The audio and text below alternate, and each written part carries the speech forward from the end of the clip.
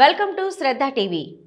Vizianagaram town Denkada మండలం అక్కివరం గ్రామం Telugu Desam senior నాయకులు మాజీ ఎంపీపీ కంది చంద్రశేఖర్ మీడియాతో మాట్లాడుతూ గత ప్రభుత్వం వైసీపీ ప్రజలకు ఏమీ చేయలేదని ఆయన అన్నారు. కూటమి ప్రభుత్వం వచ్చిన తర్వాత రోడ్లు, కాల్వలు, ఉచిత ఫ్రీ బస్సు అన్ని రకాలుగా ప్రజలకి మేలు చేసిందని ఆయన అన్నారు.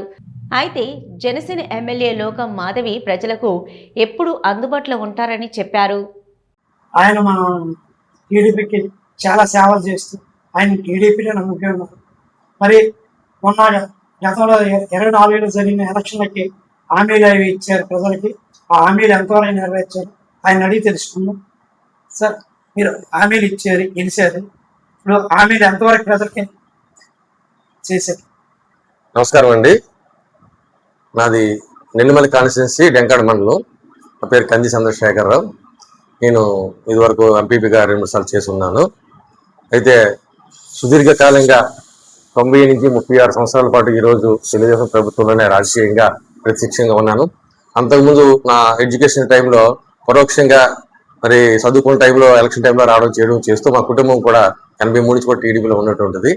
అయితే ఈరోజు ఏదైతే ఈ కొట్టల పార్టీ పోయి మళ్ళీ కూటమి ప్రభుత్వం వచ్చిందో అప్పటి నుంచి కూడా మరి కూటమి ప్రభుత్వం ఇచ్చిన ఎలక్షన్ హామీలు ఏవైతే ఉన్నాయో సూపర్ 6 కానివ్వండి, ఇంకా అదనంగా చాలా కార్యక్రమాలు చేయడం జరిగింది. ఇచ్చిన హామీల్లో ఉన్న ఆర్థిక పరిస్థితిని దృష్టిలో పెట్టుకొని ఏదైతే కూటమి ప్రభుత్వంలో మేము వచ్చేసరికి ఉన్న అప్పులు ఏవైతే గత ప్రభుత్వంలో వాడారో వాటి వడ్డీలు కట్టుకుంటూ ఆ అప్పులు తీర్చుకుంటూ మరి సంక్షేమం ఒక పక్క, అభివృద్ధి ఒక పక్క చేసుకుంటూ రాష్ట్రాన్ని ఆర్థికంగా పురోగతిలోకి తీసుకెళ్లాలనే ఒక ఉద్దేశంతో మరి కూటమి ప్రభుత్వంలో చంద్రబాబు నాయుడు గారు కానివ్వండి, అలాగే ఉప ముఖ్యమంత్రి పవన్ కళ్యాణ్ గారు కానివ్వండి, మా యువ నాయకులు కాబోయే నాయకులు ఎవరైతే ఉన్నారో లోకేష్ గారు ఆయనది కానివ్వండి, అందరూ కూడా మంత్రివర్గ సహచరులతో ఎమ్మెల్యేతో కలిసి ఈ రాష్ట్రాన్ని అభివృద్ధి పదంలో తీసుకెళ్తున్నారు. ఏ విధంగా అంటే సూపర్ 6 ఏవైతే అమలు చేశారో అన్ని కూడా అమలు చేయడం జరిగింది. మరి 3 సిలిండర్లు ఏవైతే ఇస్తామన్నారో అవి ఇవ్వడం జరిగింది. అదేవిధంగా ఫ్రీగా ఇచ్చేటువంటి 3 సిలిండర్ కాకుండా తల్లికి వందనం కూడా ఇవ్వడం జరిగింది.